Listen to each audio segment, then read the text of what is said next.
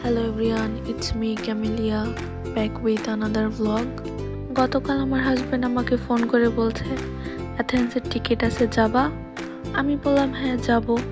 যেই কথা সেই কাজ, পরের দিন আমরা এয়ারপোর্টে অ্যাথেন্সের উদ্দেশ্যে রওনা হলাম। প্রাগ থেকে অ্যাথেন্স যেতে 2 ঘন্টা 30 মিনিট লাগে প্রায়। 11টার মধ্যেই আমরা অ্যাথেন্সে চলে আসি। এভাবে সাডেন প্ল্যান আমরা কখনোই করিনি, এবারই আমাদের ফার্স্ট টাইম। অ্যাথেন্সের এয়ারপোর্টটা অনেক বড় আর সুন্দর, এটা ইন্টারন্যাশনাল এয়ারপোর্ট। আমরাও কিছু আমাদের মোমেন্ট কালেক্ট করে নিলাম। এয়ারপোর্ট থেকে বেরিয়ে আমরা মেট্রো করে চলে গেলাম অ্যাথেন্সের সিটি সেন্টারে। এয়ারপোর্ট থেকে সিটি সেন্টারে যেতে এক একজনের 9 ইউরো করে খরচ হয়। আমরা চলে আসলাম মনেস্টারাকি স্কয়ারে। অনেক গরম ছিল আর প্রচুর টুরিস্ট ছিল। আমরা আমাদের কিছু সুন্দর মুহূর্ত ক্যাপচার করলাম। সেন্টার থেকে ওই দূরে অ্যাক্রোপলিস দেখা যাচ্ছে।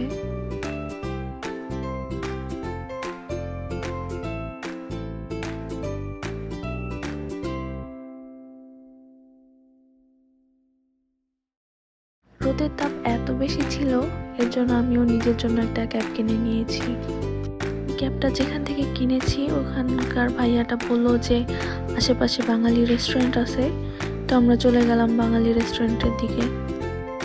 এই শহরটা দেখতে না পুরাই ঢাকার মতো লাগে। হাঁটতে হাঁটতে চলে আসলাম আমরা বাঙালি রেস্টুরেন্টে। রেস্টুরেন্টের নাম হচ্ছে তিতাস বাংলা ইন্ডিয়ান রেস্টুরেন্ট। খাবারগুলো অনেক মজার ছিল। আমি আমার হাজবেন্ডকে বারবার বলছিলাম, দেখেন মনে হচ্ছে আমি আবার ঢাকাতে চলে এসেছি। ইউরোপের অন্যান্য কান্ট্রির থেকে এখানকার খাবারের প্রাইস অনেকটাই কম।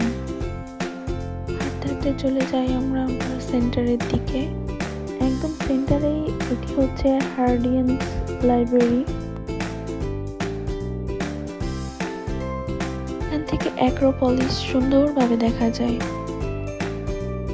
এখান থেকে কিছু ছবি তুলি, তারপরে চলে যাই আমরা রোমান এগোরার দিকে।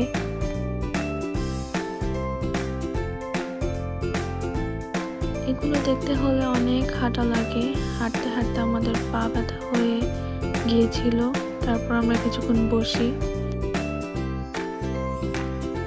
আমরা আবার হাঁটা শুরু করি অ্যাক্রোপলিসে ওঠার জন্য। 38 ডিগ্রি গরম ছিল, প্রচুর হাঁটতে হয়েছে, প্রচুর পানি খেতে হয়েছে আমাদের। অবস্থা পুরা খারাপ হয়ে যাচ্ছিল। সব থেকে ভালো কথা হচ্ছে এখানে পানির দাম অনেক কম, মাত্র 50 সেন্ট। নর্মালি এটা 50 সেন্ট, উপর থেকে কিনতে গেলে একটু দাম বেশি দেওয়া লাগে।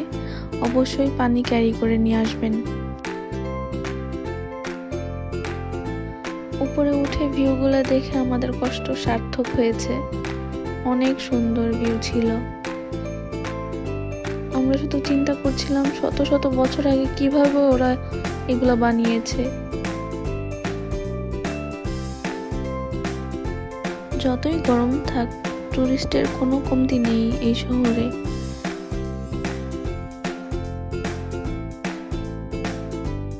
এই জায়গাটির নাম হচ্ছে থিয়েটার অফ ডাইনোসর। এটি ইউরোপের পুরনো থিয়েটারের মধ্যে একটি। আমরা আস্তে আস্তে রেস্ট নিচ্ছিলাম আর উপরের দিকে উঠছিলাম। উপর থেকে শহরটা পুরো চিকচিক করছিল।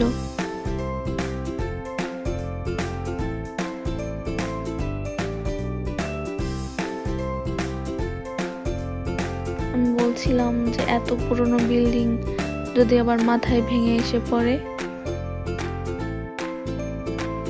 অ্যাক্রোপলিসে উঠতে হলে কিন্তু 20 ইউরো করে লাগে। আর এখানে উঠতে হলে পানি ছাড়া অন্য কোনো ড্রিঙ্কস অ্যালাউ করে না এরা।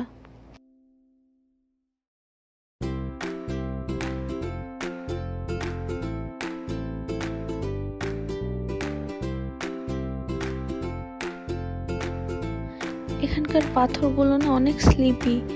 যদি কেউ আসেন তাহলে ভালো জুতা পরতে হবে, আর স্লিপার তো একদমই পরা যাবে না। অনেকেই স্লিপার পরেছিল, দেখলাম যে পা পুরা ছিলে গেছে তাদের।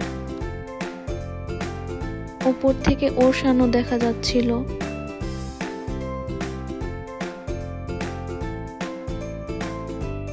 দূরের পাহাড়গুলো দেখে মনে হচ্ছিল মরুভূমি।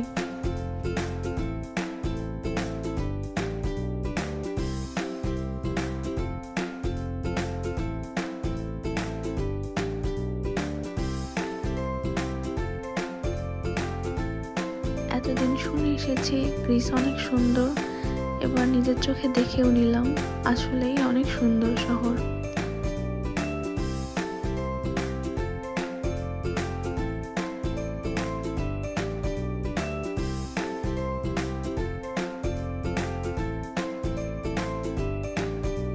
গ্রিসে আসতে হলে অনেক সময় নিয়ে আসতে হয়, অনেক সুন্দর সুন্দর জায়গা আছে এক্সপ্লোর করার জন্য। আমাদের পুরো অ্যাক্রোপলিস দেখা শেষ, এরপর আমরা নেমে যাচ্ছিলাম নিচের দিকে।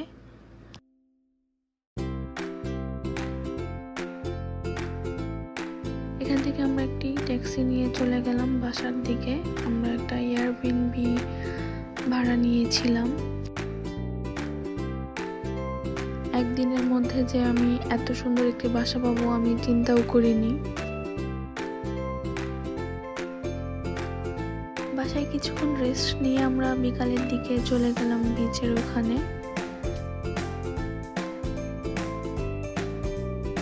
আমার আর আমার হাজবেন্ডের সমুদ্র অনেক বেশি পছন্দ।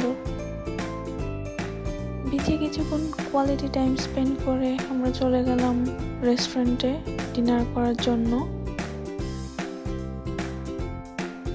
রেস্টুরেন্টটা অনেক সুন্দর, আর এখানকার স্টাফগুলো অনেক ভালো, অনেক পোলাইট। আমি পাশের রেস্টুরেন্টটাই যেতে চাচ্ছিলাম, কিন্তু ওখানকার স্টাফ বলছিল যে sister, if you don't like our food I am not a man. আমি ওকে বলছিলাম না, ইউ আর আ ম্যান। আর ওদের খাবার আসলেই অনেক মজা, ফ্রেশ ফুড ছিল। এই রেস্টুরেন্টে একটা বিড়াল আছে, অনেক ফ্রেন্ডলি। আমরা আমাদের ডিনার কমপ্লিট করে চলে গেলাম তারপর বাসার দিকে। আজকের মতো এই পর্যন্তই, দেখা হবে অন্য কোনো ব্লগে। আল্লাহ হাফেজ।